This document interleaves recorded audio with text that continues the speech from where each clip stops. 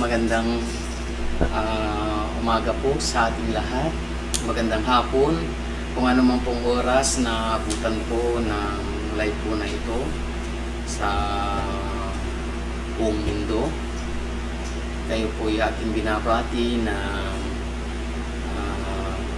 naway tayo po'y pinagpala. Mabuti po ang ating oras, ng ating araw sa sandali pong ito. At bago po tayo magpatuloy sa paglalive po na ito, mga kapatid, nais ko muna po na tayo po ay manalangin sa ating Panginoon. At una po sa lahat ay ating pong dalangin ang itunuro po ng ating Panginoon na panalangin sa bawat isa sa atin. Ama namin, sumasalangit ka, sambahin ang ngalan mo, mapasa amin ang kaharian mo. Sundin ang loob mo dito sa lupa para nang sa langit. At bigyan mo kami ng aming kakanin sa araw-araw at patawarin mo kami sa aming mga sala para ng pagpapatawad namin sa nakasala sa amin. At huwag mo kaming ipaintulot sa tukso at iadya mo kami sa lahat ng masama. Amen. Awit ng pagtitiwala sa Diyos, Salmo 91. Siyang naghahangad ng pagpupot ng kataas-taasan at nanatili sa kalingan iyong makapangyarihan. Makapagsasabi sa kanyang Panginoon mo katahanan. Ikaw ang ating Diyos, ang Diyos na tanging kong pinagtiwalaan. Ika'y ililigtas niya sa panganib sa umang nawitag, at kahit anumang mabigat na salot, di ka magdaranas. Lulukuban niya sa lilim ng kanyang malakay na pakpak. Sa kalingan niya ay natitiyak mo na ikaw ay ligtas. Iingatan niya at ipagsasanggalang pagkat siya'y tapat. Pagsapit ng gabi, di ka matatakot sa anumang bagay. Maging sa gagawing biglang paglusog pagsapit ng araw. Minsan pa man darating na salot pagkagat ng dilim. Di ka matatakot sa kasamaan mga araw kung dumating. Kahit na mabuwal sa iyong harapan ng 1,000 tao. Sa iyong paligid ang bilang ng patay maging 10,000. Di ka matatakot at natitiyak mong di ka maano. Kaya nagmamasid at sa panonood iyong mamamasdan. Iyong masasama ay makikita mong pinarorsahan. Sapagkat si Yahweh ang iyong ginawang tagapagsanggalang at ang pinili mong mag-iingat sa iyong kataas-taasan. Di mo aabutin ika'y mapahamak at walang daratal. Kahit anong uring paghihirap sa iyong tahanan, susuguin niyang maraming anghel silang susubaybay. Kahit sa ang dako ika'y maparoon, tiyak iingatan.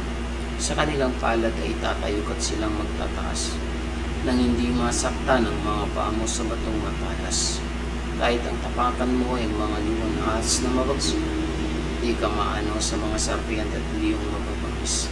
Ang sabi ng Diyos, aking iniligtas ang tapat sa akin, at iingatan kung sino ang taong ako'y itinanggol. Pag sila'y tumawag, laging handa ako na sila'y pakinggan.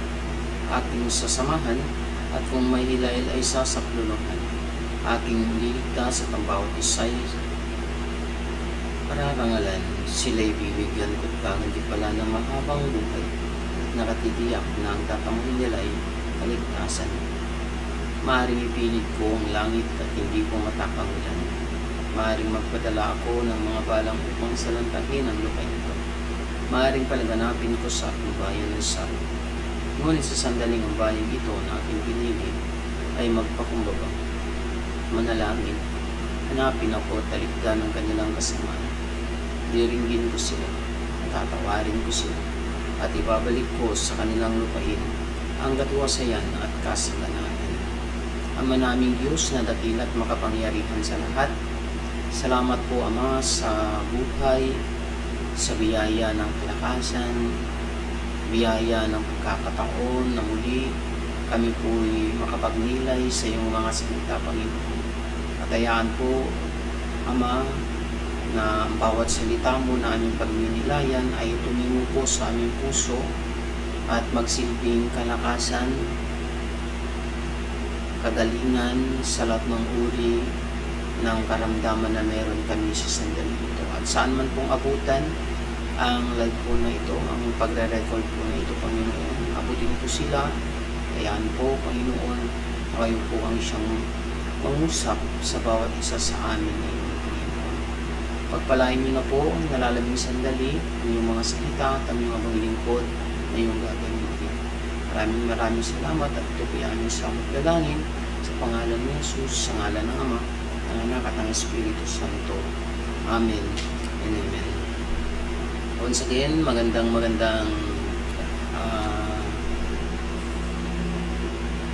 abutan, magandang oras, magandang araw, anumang oras, anumang araw, gabi, tanghali na abutan po na yung mapanood ito. Binabati kita ng pinagpalang oras sa sandaling ito ng iyong buhay, kapatid. So tayo po ay magnilay sa salita po ng ating Panginoon, at ito po ay ating hanguin sa Ebanghelyong isinulat ni San Juan. Ang kabanata ay 6 at ang talatay 51 hanggang sa mga sumusunod na talata. Sumainyo ang Panginoon. Ako ang pagkaing nagbibigay buhay na bumaba mula sa langit. Mabubuhay magpakailanman ang sinumang kumain nito, at ang pagkaing ibibigay ko sa ikabubuhay ng sanlibutan ay ang aking laman.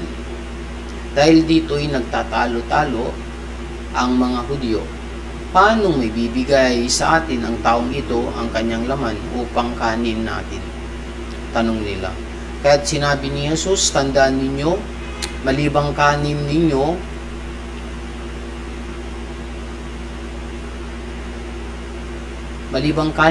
ang laman ng anak ng tao at inumin ang kanyang dugo, hindi kayo magkakaroon ng buhay.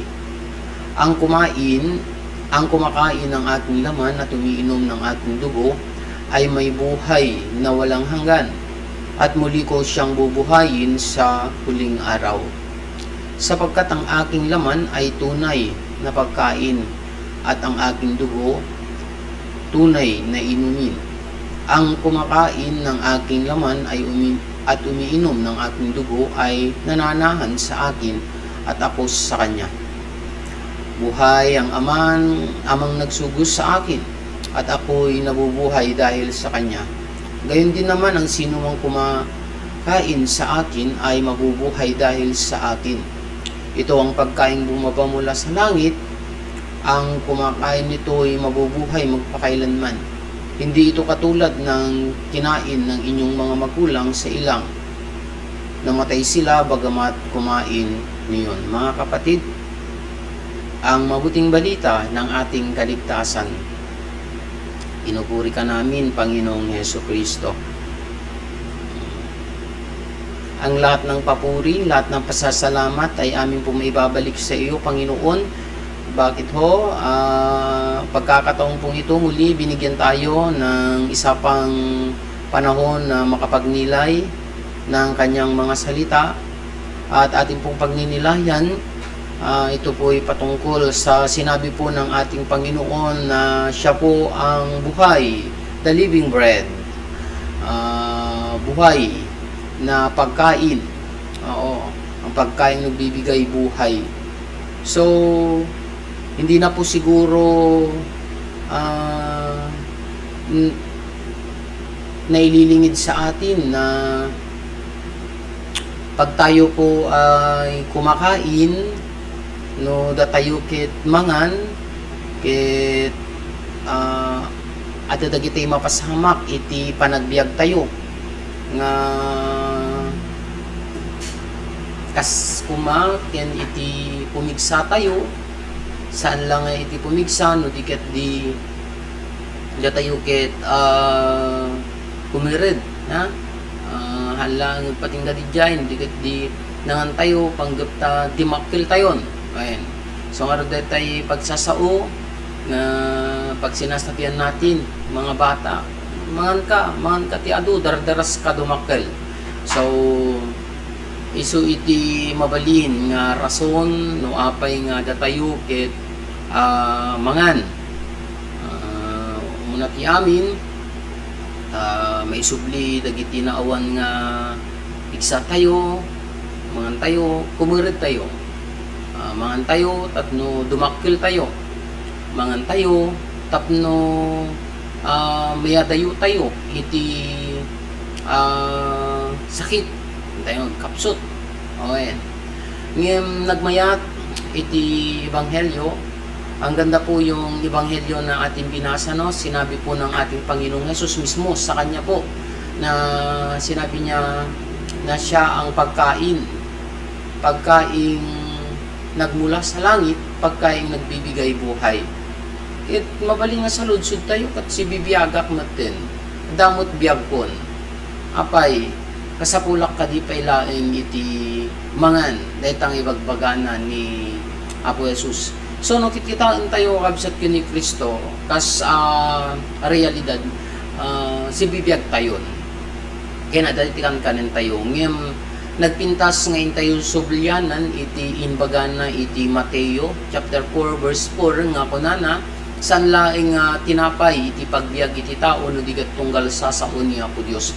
Ket dayta nga panangibagana kabsat ket hintayo man subyanan nga ti tao ket saan met lang nga physical no digat di duway iti mabibiyag kanya na physical ken ti spiritual. Ket kas iti physical adda dagiti ipalpalak-an tayo tapno natay nga ragtatay nga pumigsa kunatay tatay nga dumakkel kanatay tatay nga mayadayo tayo iti sakit. Ngem ditoy kabsat ken ni Kristo datay spiritual. Isu nga rod nga kasapulan tayo iti mangan.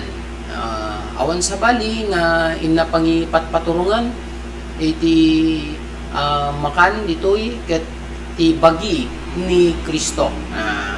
So daykon ko na tayo nga Corpus Christi niya nga kamali iti inang simbahan iti ayaten tayong simbaan kakabsat ken ni Kristo. Ket hintayo awaten no kasjay hintayo makipila ket jay nga ibaga dagitay akulay wenno iti ayaten tayo nga papadi nga itayag da nga tuda bagi ni Kristo. So nga kuna tayo no kasjay amen. Panangawat tayo. Kaya't kuman lang ikan iti emphasize na, iti kahalagaan na kabsat ken ni Kristo iti intay panangawat niya, iti kinapateg dagiti kinapateg iti intay panangawat wenno intay pananglakam iti kanen iti na espirituan panagbiag tayo kabsat. Umuna ti amin, ito po yung ating gabay at direksyon. Pag tayo po'y kumakain, pag tayo po'y hindi naman po iyan nagiging literal na kinakain mo, pero sabi nga po sa Mateo 4 chapter 4 verse 4 ay salita ng Diyos. Habang nakikinig ka, habang ninanamnam mo ang salita ng Diyos, tulad ngayon ating pinagninilayan, ay nagiging gabay po natin. Ang dami pong mga salita ng ating Panginoon na ating napapakinggan at ang dami na rin po ngayon ang mga ginagamit sa kapanahunan, hindi na lang po sa television, radio, hindi na lang po sa mga magazine, mga internet, mga live. Kahit nga po sa mga paskil, kita may paspaskil dita. Kita ay Word of God. May sursurat lang kita sa ni Kristo. So, nagiging gabay po natin o direksyon po natin iyan. Bagamat sinabi na po doon na magkakaroon po tayo ng buhay na walang hanggan, yun po yung ating gabay minsan at direksyon, yung kahalagaan ng panangawat tayo, wenno panangkaan tayo, wenno panang anilay, muni-muni, nagitay sasaon niya po Diyos kabsat ken ni Kristo. Pangalawa po, ang kahalagaan po ng pagtanggap ng pagkain. Tanggap sa pagkain sa ating spiritual ay nagpapatatag ng pananampalataya at nagbibigay pag-asa sa atin. So nagpapatatag, ibig sabihin, ang pananampalataya o pag-asa ay nahihina din. Adamot dagitay time nga agkapsot. Uray no ibaga tayong datayuket asigig tayo kaniya po Dios, datayuket agiwarga awag ti sasao, papadi, preacher, tumteng datay tiyampo nga tibiyag ket adda dagitay panagkapsot. Adda dagitay panagkapoy. Ket no agkakapsot tayon, physical lang yan iti pang basihan tayon kakabsat yun ni Kristo no kapsut tayo sa pulinan tay bagi iti mangan sa pulinan ket ninto no makakaan tayo no makainom tayo sam bawat titla oray no snacks oray no biskuit para nagitan dahil madlaw tayo nga tayo kat pumiksa. So ang kahalagan po ng pagtanggap o pagkain ng spiritual sa ating buhay ay nagpapatatag at ng ating pananampalataya nagbibigay pag-asa. Habang pala tayo nakikinig, habang tayo kumakain ng salita ng ating Panginoon ay yun pala yung nagbibigay sa atin ng tatag sa ating pananampalataya at tayo nagkakaroon ng pag-asa. Oo nga po, ayan na nga ron, iti pangalaan tayo, iti paghugutan tayo, iti pangalaan tayo, iti mabaling namang patugkir kanya kayo, weno mang ted iti namnama, ludi nga dagiti sasao ni Apo Diyos karabsat ni Kristo. Hantay nga mang namnama, iti nainlubungan, hantay nga mang namnama, dagiti maibaga ditoy, ken mabaling nga, hantay nga mang namnama, dagitay hersay, when no pagsasaula kita kahalsat ni Kristo. Ino ti pangnamnamaan tayo awan sa bali no ti nagsao nga naggapo mismo iti langit. Ino ti nagsao kahalsat awan sa bali no diniya po Jesus. Isu na lang iti naggapot langit kahalsat ket mabalin nga intayo pangnamnamaan negi sasauna ang mga balin nga mang patugker kanya tayo dadagitay time gamin agkapsot tayo stick tayo mawanan tayo. Pero no day iti intay mga gan nga sasaon ni Apo Dios isu iti mangtedman kanya tayo iti katatagan pananampalataya. Katatagan ng pananampalataya at nagbibigay pag-asa sa ating buhay. At pangatlo po mga kapatid na kahalagahan, ito rin po ay nagpapalalim ng ugnayan sa Diyos. Nagpapalalim habang pala kumakain tayo, habang pala minumuni natin, pinagninilayan natin ang salita ng Diyos ay yung palang relasyon natin, yung palang ugnayan natin sa ating Panginoon ay pinapalalim pala sa pamamagitan ng ating pagtanggap sa mga pagkain spiritual sa ating buhay. Hindi lang po yung ugnayan sa ating Panginoon, kundi pati na rin po ugnayan natin sa ating mga kapwa. Kaya nga nagpapalalim sa ugnayan sa Diyos at sa kapwa. Awanti nasarakap kay lang sa ni Kristo nga no mabalin nga agiin nadal daw when no mabalin nga umasigigda kanya Diyos kat may isa iso na lang ay dudigat di grupo dayta misa ado misa da ahan nga mabalin nga may isa dudigat di kasapulan tay kapwa kasapulan iti relasyon iti kapwa mo lang at sa ugnayan sa Diyos at sa kapwa.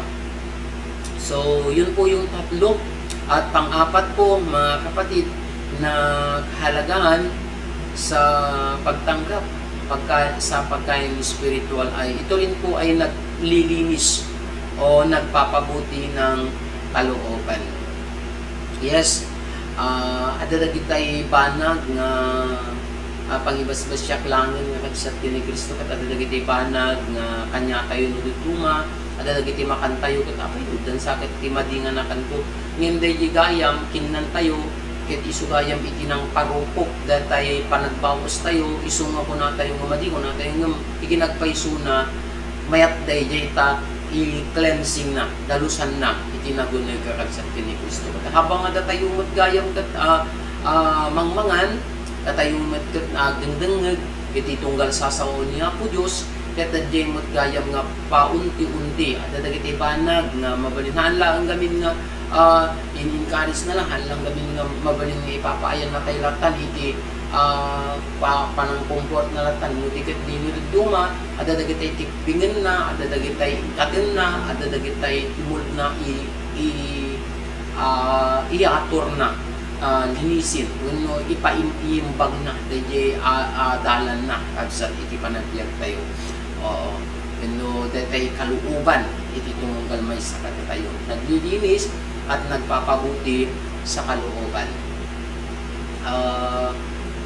Aminin tayo manulunusan ti lubong gamin kabsat habang nagdaldalya sa tayo adulag iti mabalin na makuna tayo nga mangparugit o kang runaan na iti kung ganiti puso tayo iti panpanunod tayo pero iti tunggal iti panangawat iti sasaon ni Apo Dios iti tunggal panangawat tayo ibalikas na kabsat ni Kristo panagnilay tayo mamatinak nga kaya nang ipay kanya tayo datay pananggalos paglilinis at nagpapabuti sa ating kalooban.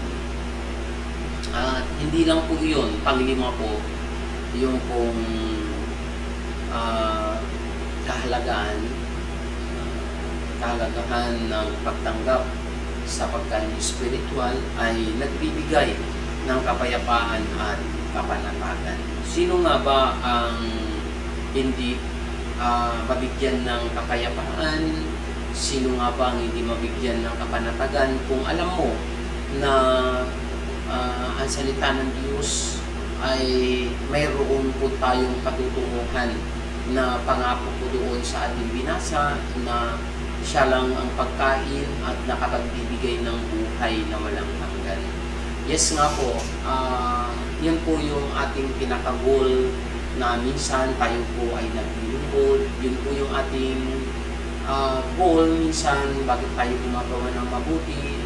Yun po yung minsan na nagiging goal natin, yung pong buhay na walang hanggan. Gusto nating makapiling habang buhay ang ating Panginoon. Kaya dito pa lang ay atin na pong ginagawa ang mga kanyang pinapagawa na nagiging mabuti tayo. At doon po sa paggawa po ng mabuti ay nakapase po sa mga salita po ng ating Panginoon sa ating mga tinatanggap na kanyang mga salita. At yun po, kapag tayo po ay nakatanggap ng salita ng ating Panginoon, nakatanggap ng pagkain espiritual sa ating buhay, ay nagbibigay po ng kapayapaan, nagbibigay ng kapanatagan sa ating buhay.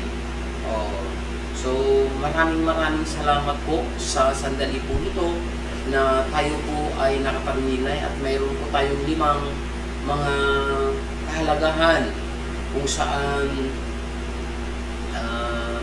kahalagahan sa pagtanggap ng spiritual na pagkain. Ito po ay naging gabay at direksyon po ng ating buhay at nagpapatatag sa ating pananampalataya at nagbibigay ng pag-asa sa ating buhay. At hindi lang po yun, nagpapalalim po ng ugnayan sa ating Panginoon at hindi lang po sa Kanya kundi ang ating kapwa, sa ating mga kapwa, mga kapatid. Ika nga, hindi nga natin po kita ang ating Panginoon pero minsan doon po natin ipinaparanas na kaya natin maglingkod sa ating kapwa. At ganun din po nagbibigay ng kalinisan o nagpapabuti ng kalooban ng bawat isa sa atin. At ganun din po na nagbibigay ng kapayapaan at kapanatagan sa ating buhay. So, saan man po ngayon ang iyong direksyon, saan man po ngayon lugar kung saan ka kapatid, anyayahan kita ngayon na pansamantalang humikit at tayo po'y manalangin sa ating Panginoon. Hallelujah, hallelujah. Aming Diyos na dakila't makapangyarihan sa lahat, Diyos na siyang lumalang ng langit at lupa, at Diyos na nagbigay ng buhay ng bawat isa sa amin sa mundo po ito. Salamat po Panginoon sa iyong mga salita na amin po napagsasalusaluhan sa pamamagitan po ng pagre-record po na ito sa pamamagitan ng